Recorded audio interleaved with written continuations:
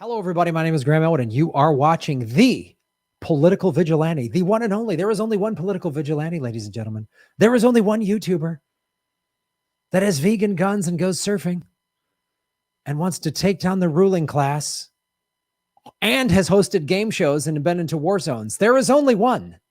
There is not one performer that has done all of these things in the way that I do them. So we've talked a lot about Bitcoin on this show. We've talked a lot about how, first of all, I've debunked the Bitcoin's bad for the environment, and also I've talked about with people like Rosie Tran. Rosie Tran, the video we're about to watch, she sent it to me this morning about how even with some of the legitimate claims of how Bitcoin mining does take a lot of energy, people in the Bitcoin space and the crypto space are finding clean ways to do that. But one of the main things we've talked about with this year or so that I've been talking about Bitcoin is how empowering it is, right? And so the Navajo Nation has started doing Bitcoin mining. I'm going to show you this video. It's an awesome video, and they're going to go into detail of how. So obviously Native American people have been completely robbed of their land since the time of Christopher Columbus and the formation of the United States. But even in modern times, of course, there's still all these laws on the books and they can screw people over. And what this video is going to show you is people on the Navajo Nation are starting to use Bitcoin mining, and it's empowering them. It's the thing we've talked about, how Bitcoin is revolutionizing. People who are under the thumb of central banking, how Bitcoin can get them out of it. And the Native American tribes here have been completely, I mean, not only the land and everything else, but financially have been, held back, crushed, whatever you want to call it, by the central banks. And this is, again, why Bitcoin is so important and why I think countries like El Salvador are just the first domino to fall, and more countries are going to take this over. But let's watch this video, because it's it's really, it's inspiring. It gives you some brief history on how and currently how the United States government is screwing over the Navajo Nation and how Bitcoin gets them out of it. It's really it's fascinating. I really wanted to talk about this today. So let's watch this video.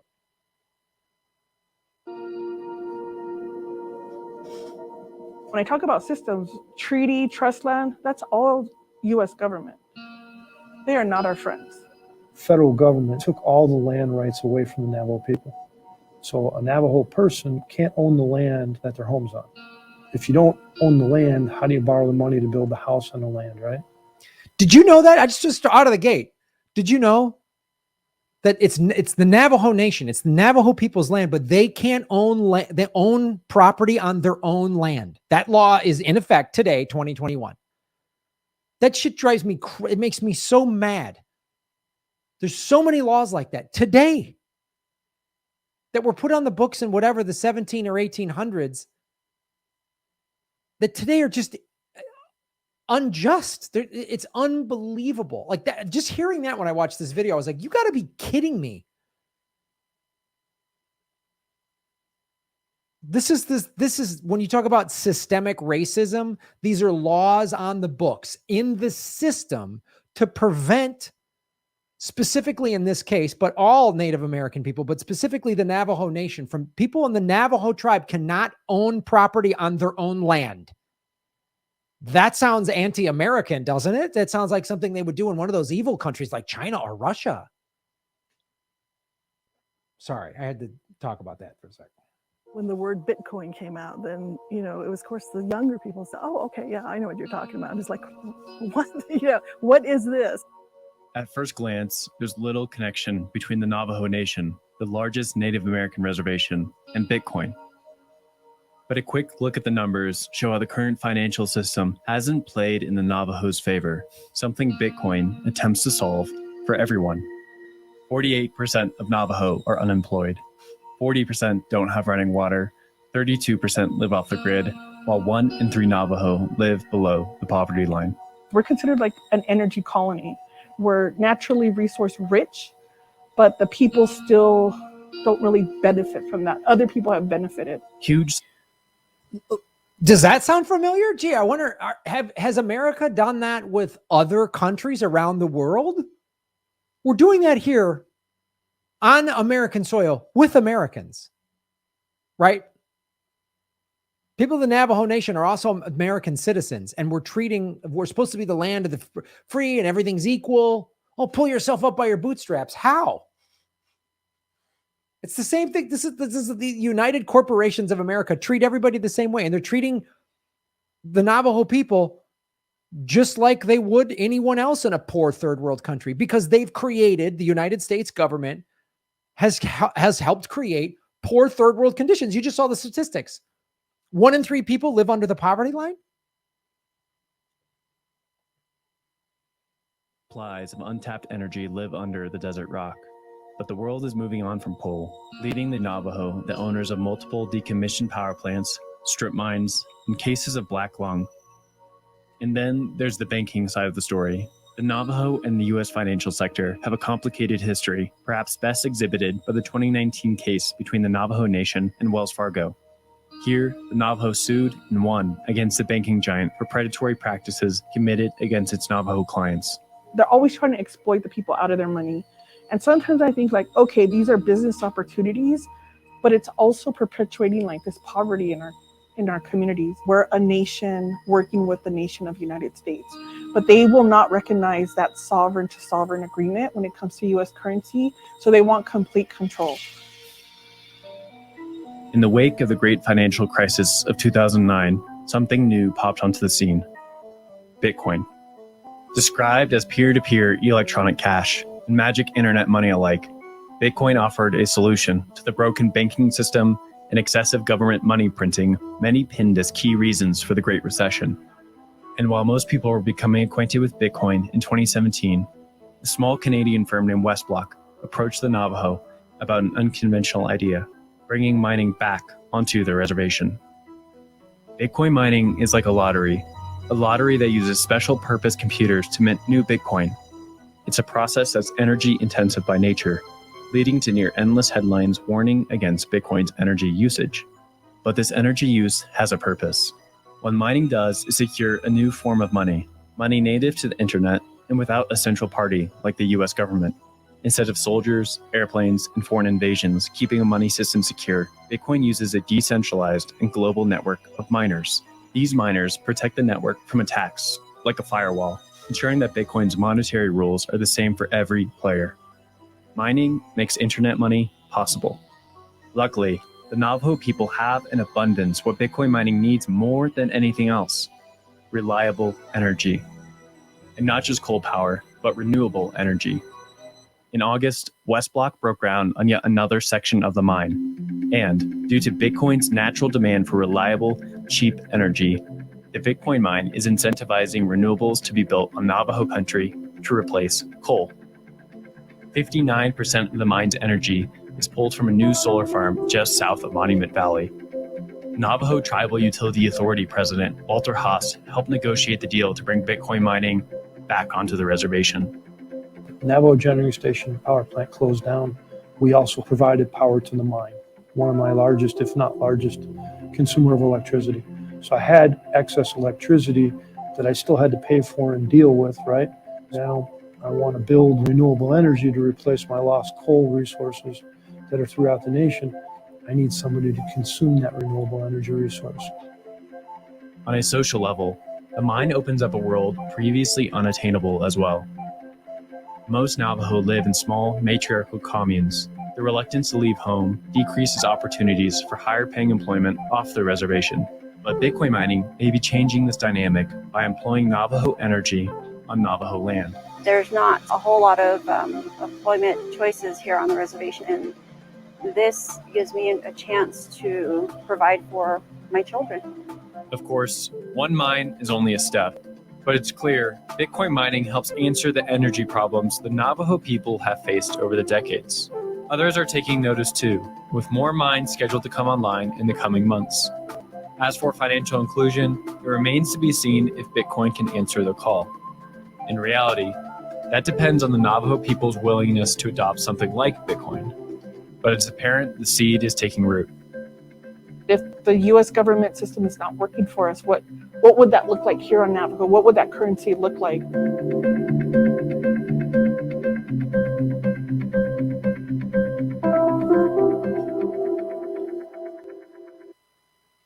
So that is significant.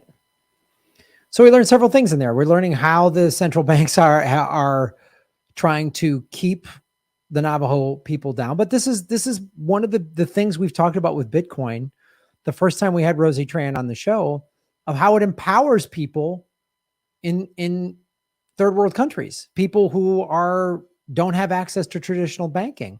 We've seen just that happen in El Salvador, where a large portion of people in El Salvador had not access to traditional banking. Now they have crypto wallets.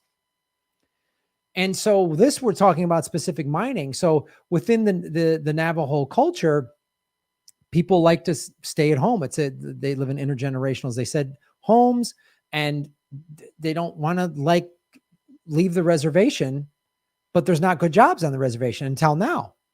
So this is showing you, and it's clean energy, how this can be done. And I hope every tribe in America, North America, sees this.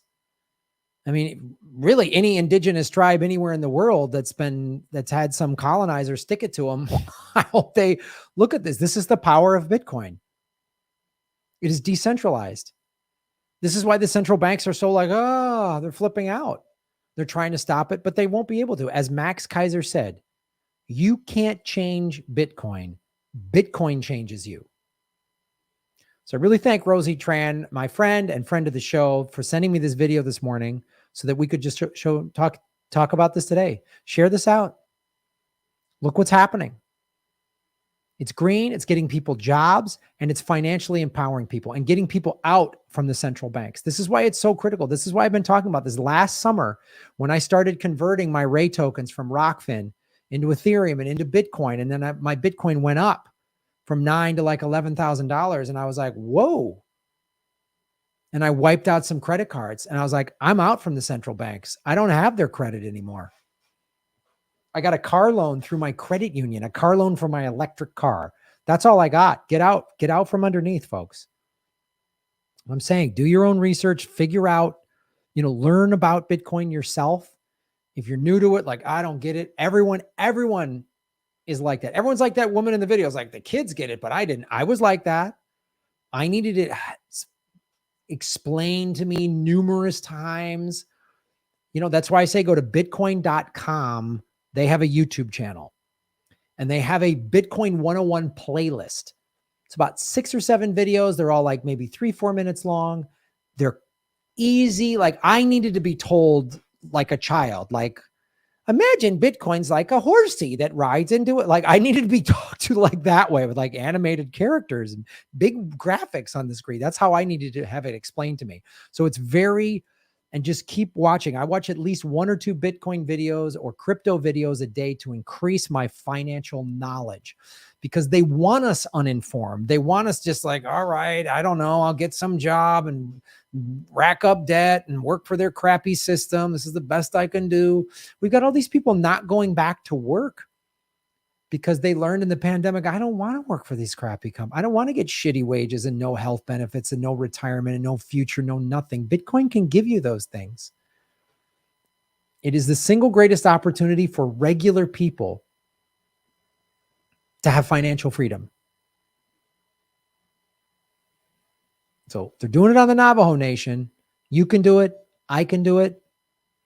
I hope you take this opportunity, because it's potentially life-changing and culture-changing. And I think this is what Saitoshi, whoever the person or persons that came up with Bitcoin, you read the white paper, they really were smart enough to see all the problems of the world and central banking, and how central banks are used for war and sanctioning people that's why America's threatened by Bitcoin, because they don't want countries that don't use the dollar. Well, how do we sanction everybody, which is an act of warfare? Well, we don't need your money. We don't need the US dollar. We don't need the petrodollar. We don't need the IMF. We don't need central banks. We can do it ourselves. So follow the money, connect the dots, get the truth. We just filed the money. So that's another way the central banks have been sticking it to a certain group of people. This is how they stick it to everybody, but they're really sticking it to the Navajo Nation. And the Navajo Nation went, nah, we're going to do Bitcoin mining.